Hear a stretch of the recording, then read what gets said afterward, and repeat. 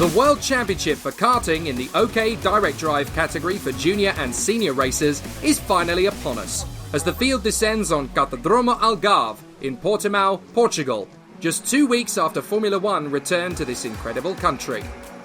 But for this year's World Championship, the weather is the hardest it has been for years, with changeable conditions and a torrential downpour set to hit the circuit for the finals. It could be one of the toughest contests in recent history.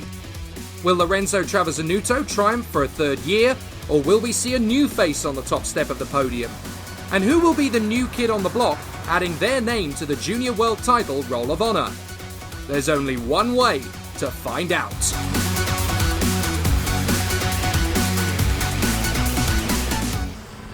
Let's ride with junior racer Arvid Lindblad on the home straight at Portimao. You stay flat on the throttle all the way to the apex of the second corner, which means the engine is working overtime at the start of the lap for this high-speed dash. Then be strong but attentive on the brakes for turn 3 as the back end will step out. Back on the power for turn 4 and ease the kart up towards the hairpin for turn 5. You can ride the curb on the exit, but precision is key as the kart will snap from under you. Flat again through turn 6 and then again through 7. The body really takes a beating here in the dry before we join Andrea Kimi Antonelli for the second half of the lap, and you hit the brakes hard and firm into turn 8 and 9 for the double apex left-hander. Flat again for 10 with care on the curbs, then ease up into the right and balance the throttle into 12 as the apex tightens on approach, and you need to know where the kart is travelling in the braking zone to keep it under control. Careful for the next 2 left apexes as you're on the power, and then the final 2 right-handers are uphill and aggressive on entry and exit. A wonderful circuit in the dry, but in the wet it really will bite back with a vengeance. A perfect location for the World Championship. Well, actually we are here in Portimao for the World Championship of OK and OK Junior. It's just an amazing track. Many drivers here to participate. Definitely I'm really looking forward that it will be a very nice races, but also a very nice championship, looking for all of these COVID problems that we had. So we actually managed to do the event. Unfortunately, we don't have fans here to watch, but I really hope we can watch and we can show, you know, some good race, some good fights, and definitely it's really positive that we are here to do the event, to do the World Championship for the drivers, but also for the teams, and also for the motorsport, for the karting itself. Yeah, I mean, it was definitely a very difficult year for motorsport. It was a very difficult year for the karting, and it was a very difficult year for everybody around the world, you know, for the COVID situations. But I'm so happy that we managed to do our championships, we managed to do our European championships, the World Championships. We managed really to, you know, thinking about some change for the future, some improvements. Also looking all of these problems that we had. Definitely have some good ideas, you know, for the future as well. Try to making karting better, cheaper, but also competitive, and also you know, the best situation for all of the drivers, for all of the kids, and for all of the categories. So definitely for the difficult situation that we had, he also gave us some good ideas for the future. Well, it's fantastic to be here in Portimao. You know, I was here 2 weeks ago for the Formula One race. I'm impressed, number one, by the facilities, but even more impressed so by the performances of the drivers on track. Very proud to be here, you know, despite all the difficulties, and I would like to thank the teams, the drivers, the partners, everyone in my team as well for making it possible, and so it's a fantastic experience. Very happy. Well, you know, karting is where it all starts. I guess that's very obvious. We are lucky to have Felipe Massa as a president in the Karting Commission, who is pushing us a lot, who is explaining also to us internally a lot about the importance of karting. We are very happy also to work with James and his group, RGMMC, who is you know, doing a fantastic job, knowing the world of karting from the inside out. And what we can do is we can establish the framework. We give financial support, obviously. We want to make sure that people understand that karting is, you know, the key for people to start. We want to discuss costs. We had, in fact, just a meeting to identify ways of how to reduce the cost for the participants. We are discussing but also strategic topics now, how to promote karting better in the future. How do we reach out to the people in the leisure karting area? How do we, for example, develop new competitions, new disciplines like we recently did for the motorsport games with karting slalom. It is very important for us, and we are very happy to see that there are so many young talents from all over the world participating and racing for the World Championship title.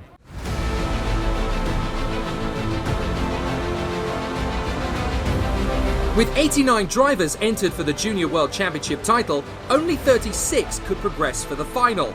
And with the weather throwing as many curveballs as it could through the qualifying and heats, the main event was hit by a major rain shower just minutes before the start. It meant that unpredictability would be the buzzword and drama would not be far away.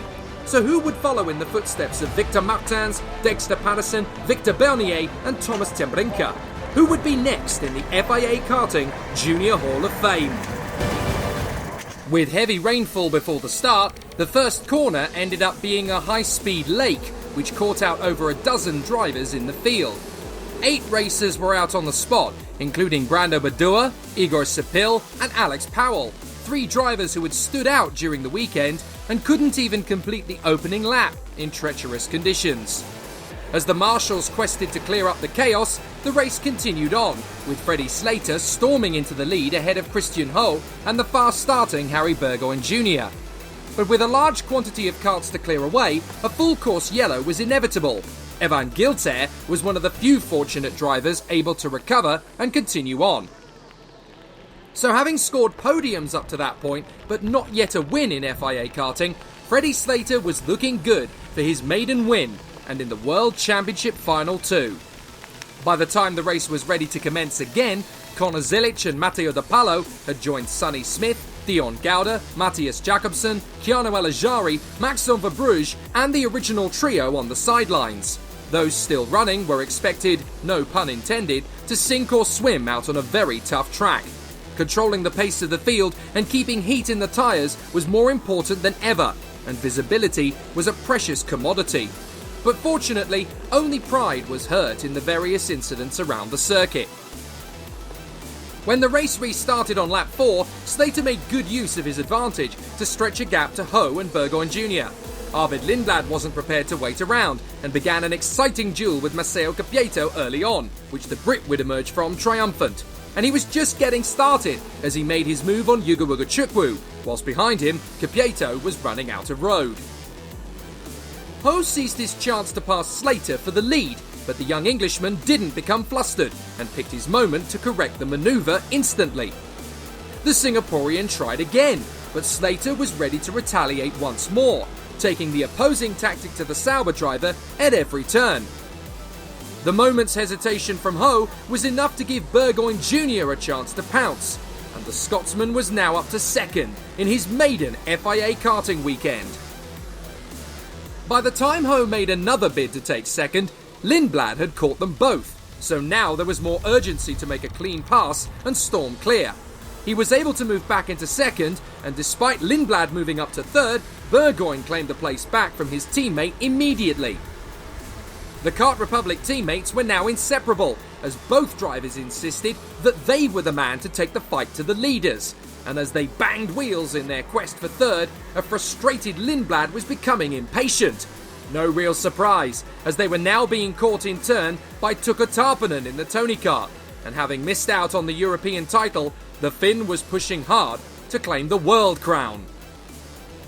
Eventually, Lindblad found the overtake on Burgoyne Jr. and made it stick, whilst their fellow Kart Republic racer Matthias Ferreira's dream ended against the tyre barrier. Behind the leaders, there was plenty of drama. Nikola Tsolov was able to make a clean sweep past European champion Yuga Chukwu. But as the rain continued to fall, several drivers would be caught out, including Spain's Bruno Del Pino. The Tony Kart star would eventually recover, but he would drop to the back of the field, with no time left to gain his position back. Yuga Chukwu was now locked in a duel with Rashid Al Daheri, whilst Capieto and Ariel Elkin were trying to get involved too, which created a heart-stopping moment for the quartet as they found a slowing Del Pino, who had run wide and only just managed to get out of the way in the nick of time. Capieto stepped up the attack and made his move on Aldehieri. Whilst up ahead, Lindblad's determination finally paid off as he bagged second position from Ho. The Singaporean wasn't prepared to surrender, and a forceful elbow from Lindblad was the only thing that stood between Christian Ho and second position. Soloff and Ugachukwu were still joined at the hip in their battle further back, but it would be the Bulgarian that made the overtake and held the position. Just watching the differing racing lines between the two drivers demonstrated that there is no perfect racing line in these conditions, only what feels right for each individual competitor. With time running out, Aldehieri made his bid for the American and made his own move. As the leaders entered the final lap, Lindblad took his first opportunity to snatch the lead from Slater and grabbed it. But patiently, Slater made his move back in the middle of the lap, and Ho ran wide in his eagerness to grab the lead himself. In the final two corners, Lindblad made a desperate lunge for the lead, ran wide, and unsuccessfully tried to squeeze Slater out of the final turn. But Freddie Slater kept his foot in, held his nerve, and clinched the Junior World Championship in emphatic fashion. A front-fairing penalty post-race stripped Lindblad of a deserving second-place finish, so it would be Tuka Tarpanen and Harry Burgoyne Jr. who were elevated to the podium. Beyond the finish line, a race-long battle between Max Dodds and Alfio Spina ended with a post-race spat that ended a sensational comeback from the Englishman and a weekend of frustration for the Italian.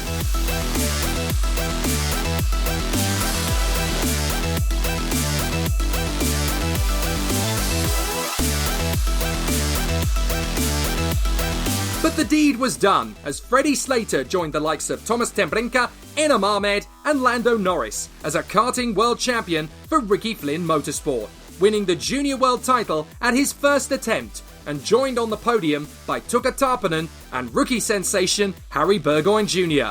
Who knows what he could achieve in 2021? Oh, it's just been amazing. I had a very good race, got through at the start, was in the lead for a bit. Managed the gap very well. Coming into the last two laps, we made a few mistakes, got caught. Last lap was a bit hectic, he went in. It was all just changing in for the last lap. Went into the second last corner, he overtook me back. Last corner, I just get up the inside, he tries to squeeze me, I jump the curb and I'm on the inside and I just go across the line first and it was just the best feeling ever. Yeah, I haven't won a race yet, I've had lots of podiums, but now I've just won the World Champ, so that's the best race to win. Amazing. I start P9 and finish third, but we get the bumper penalty and yeah, second. I'm really happy. Feel is good, yeah.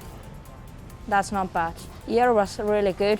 I won Finnish champion. I was third in European champion, World champion P2. Not perfect, but really good. Difficult weekend, obviously, with the conditions, similar to Finland when we won last year, obviously with Thomas ten Brink. Similar again, wet, dry, wet, dry. One of those weekends where you've got to get everything correct for the final, which obviously we did do. We had a very young team, all in their first year.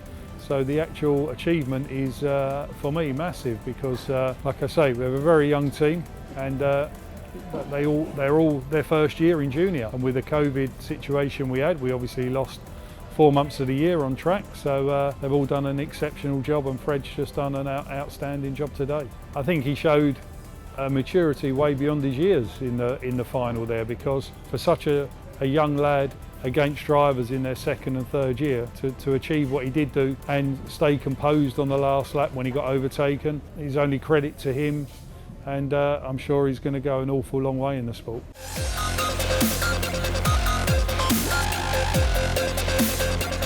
For the 74 competitors, there were mixed emotions. Some were heading into the World Championship for the first time with eyes wide open. Others knew what to expect and wanted to find that extra special magic to take them to victory. For the likes of Pedro Hiltbrand, Danny Curl and Lorenzo Travazanuto, it was about trying to claim the world title back, to feel that raw emotion all over again. But only time would tell if we could see a new champion or a familiar face on top of the world. The weather played its part again at the start of the OK final, as Callum Bradshaw made the best start ahead of Taylor Barnard, and chaos reigned behind them, as once more drivers couldn't stay on the road, with the likes of Alex Dunn, Matthias Mogato and Lorenzo Patrese all being part of the first corner melee. The race was already brewing into an exciting contest, But little did the drivers know they would get a second chance after an accident at the end of the first lap between Maya Wurg and Andrea Kimi Antonelli, which would bring out the red flags out of sight of the cameras. Neither driver would restart, as Antonelli would suffer a broken leg and Wurg's kart would be too badly damaged to continue. When the race restarted, the conditions had improved, and Barnard was able to hold the lead ahead of Bradshaw, Pedro Hiltbrand and Lorenzo Travasanuto. And this time, everybody made it through the first sector of the lap without incident. One driver who couldn't complete the first lap was William Severholm, who had starred so brilliantly at Portimao just 7 days earlier.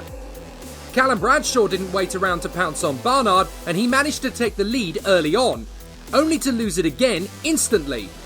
Bradshaw knew he'd have to pull out the stops to take the lead from Barnard, and the second time around, he made it work. The next task? Pull away. Elsewhere, Alex Dunn and Delano Van Toff were having fun and games of a different kind, and Danny Curl's chances of recapturing the world crown he won 3 years ago ended with a quick trip across the grass. Rafael Camara and Luigi Coluccio were getting a little too close for comfort, and Florian Rousseau Ricci was ending his weekend in disappointment. The conditions were still catching drivers out, as first Luigi Coluccio went off the road and recovered, only to need to take avoiding action around the next bend, as Charlie Wirtz was facing the wrong way. The Austrian couldn't recover and was out. Both he and Florian Rousseau Ricci would have to walk away dejected. Lorenzo Travasanuto was looking unlikely to challenge for a third straight crown, whilst more drivers were having to take an alternative route just to stay in the race. But in his bid to recover, Laurens van Hopen clipped the tyres, and it ended his race there and then. Joe Turney was carving his way through the field, making light work of Marcus Kayak, but for Laurens van Hopen, it was all too much. Turney was now battling with fellow British ace Morgan Porter, and their duel became one for a podium position. Shortly after, Pedro Hiltbrand seized his own chance to move past Taylor Barnard and was now into second, hoping to clinch his first world title since 2016. Elsewhere, Nikita Bedrin's bid for the world title ended before half distance. Turney was now battling wheel to wheel with Barnard, and he used his prowess of exploring the grip on the outside line to become a real thorn in Barnard's side. Eventually, as he made his way through, Tony Kart were genuinely getting excited for a podium lockout. Behind him, Kayak's brilliant weekend ended in heartbreak as he just caught the grass in the braking zone for turn 3. Game over. It was too much for him to bear, and for the Estonian, the season wasn't supposed to end this way. Turney caught his teammate Hiltbrand, and not wanting civil war, the boys stayed out of trouble as the Englishman moved past his Spanish colleague. The dream was finally over for Rafael Camara, as the talented Brazilian spluttered to a halt with mechanical failure. There were battles aplenty too, as Ruben Moya made the move on Matthias Morgato, and Josep Marti was having a great race with Matthias Salonen. But after an astonishing drive, Callum Bradshaw had pulled clear to the tune of 8.7 seconds to win a commanding world title when he expected it least.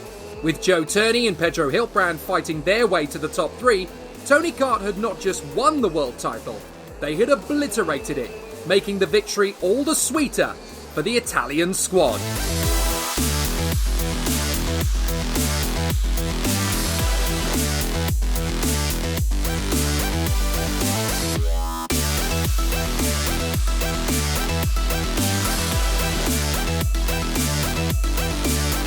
Green and white reigns supreme on the podium, and after Tony Kart's first Senior World Championship win for 8 years, it's the start of a party that could last for weeks. A former world champion returns to the podium as Hiltbrand claims third. Turney lives up to his promise to fight back from the midfield after qualifying to become a worthy runner-up. And Bradshaw swept all before him to become the 2020 World Champion.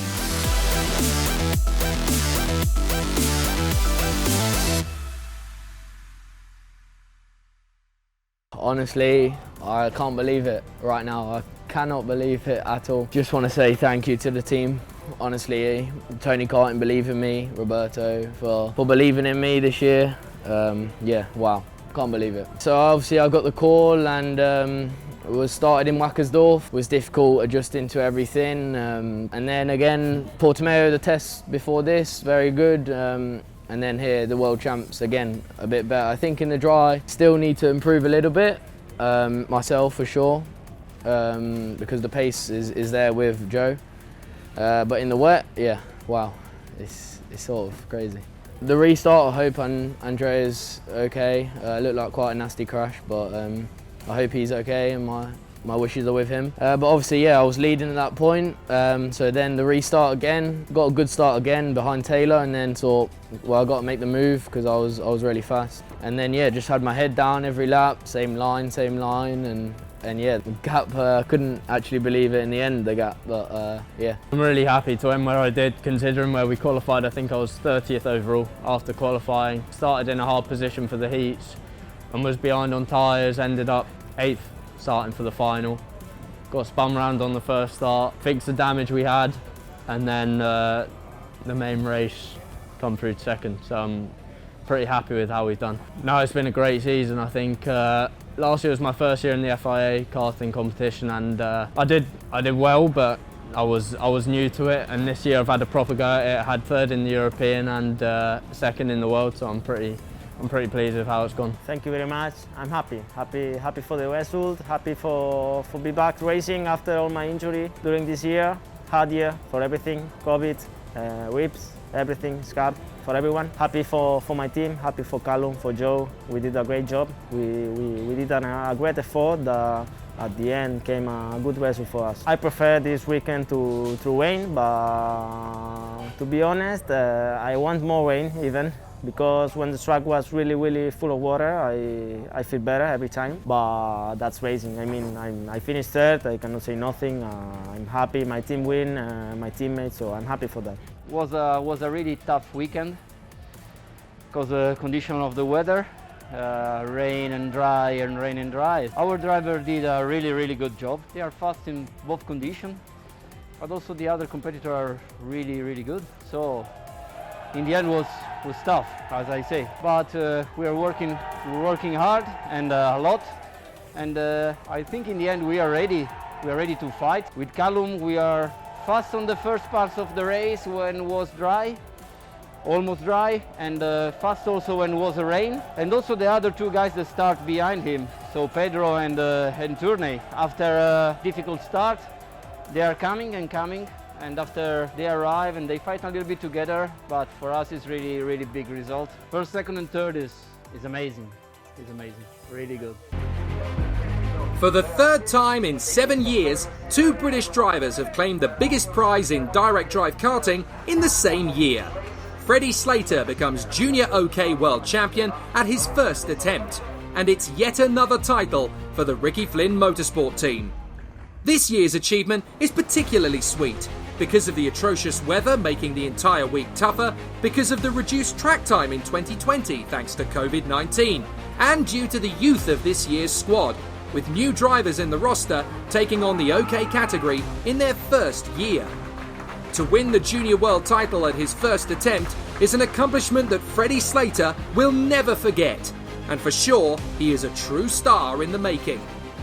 After the hardship of 2020, it's an incredibly satisfying result. The season also ends well for Tuukka Tarppanen and Harry Burgoyne Jr. as they reach the podium in the biggest event in the world. So as Ricky Flynn Motorsport celebrate, we have some new stars to look out for in 2021 in Harry Burgoyne Jr., Tuukka Tarppanen, and a new Junior World Champion, Freddie Slater.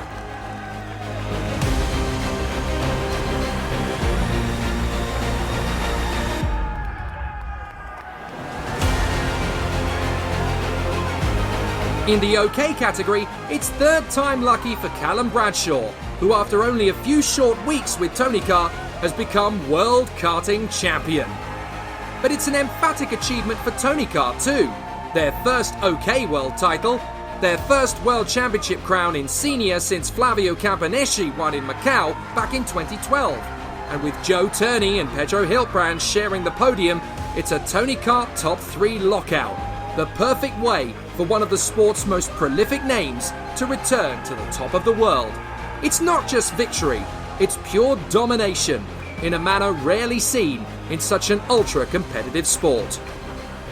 The 2020 season has finally come to an end, and despite the trials and tribulations of COVID-19, the racing has reigned supreme and finished on a high note.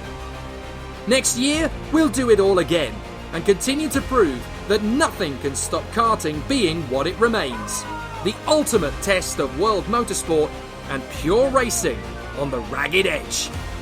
But as some celebrate, some begin the work all over again, as the next season has already begun. 2021 is just around the corner, and karting never sleeps. So until the spring, when the European Championship begins again, it's time for the boys and girls in green and white to celebrate in style. From Portugal, we say obrigado e adios.